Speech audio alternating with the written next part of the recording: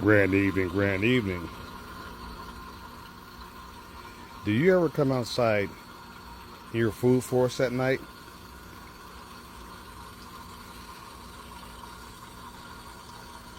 I come outside at night to check on things, especially when I hear my sump. You hear that noise?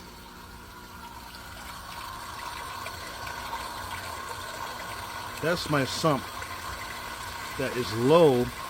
The water's coming out now. It's dumping from the bell siphon. That's my sump growling. The sump is not actually growling. The pump that's inside the sump is growling because the water level is low in the sump. Meaning that tomorrow morning I need to add more fresh water to the sump. Meaning that the evaporation rate has lowered the water in the sump below the water pump intake level, which causes the water pump to growl or whine because there's no water going through it when it gets below the water pump intake level. It happens over time. Once a month that happens. Just once a month. So I gotta add like 10 gallons of harvested rainwater into the sump. That's what that noise is. So I'm out here because, for one, at night it's a lot cooler. A whole lot cooler than in the daytime. So I like coming out here at night because it feels good. It's in the 70s right now. So not in the 90-degree weather.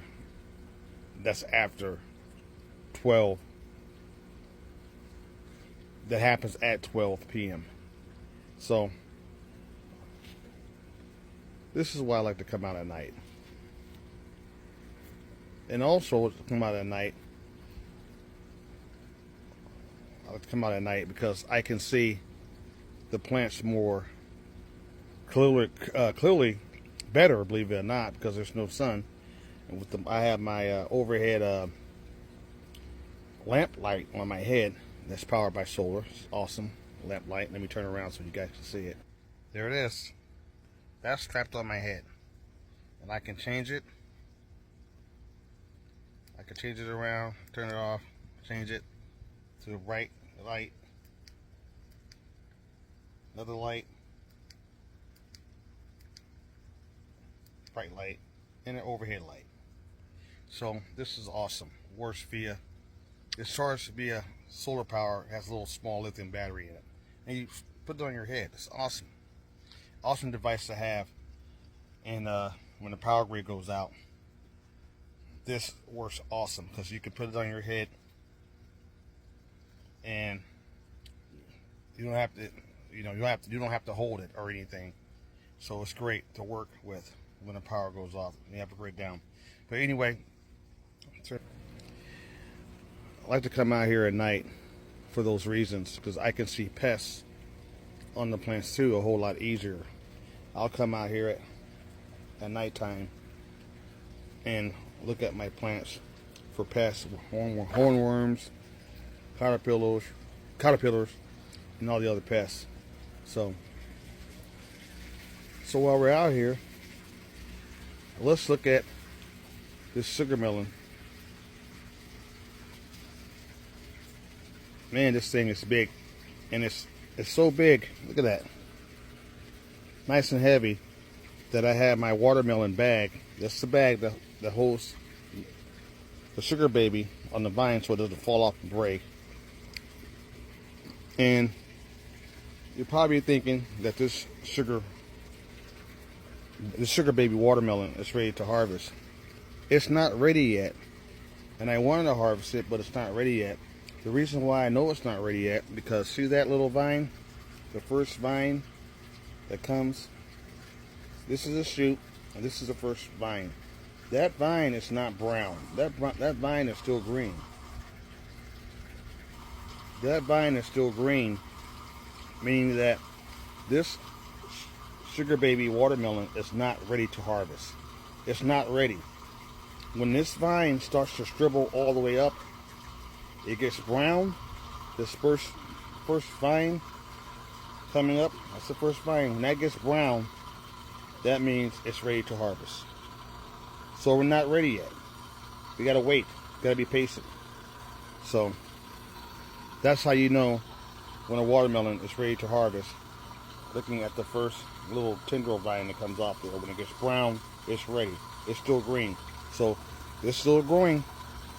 So I have to wait. So now I know I have to add water, harvest the rainwater to my sump down there.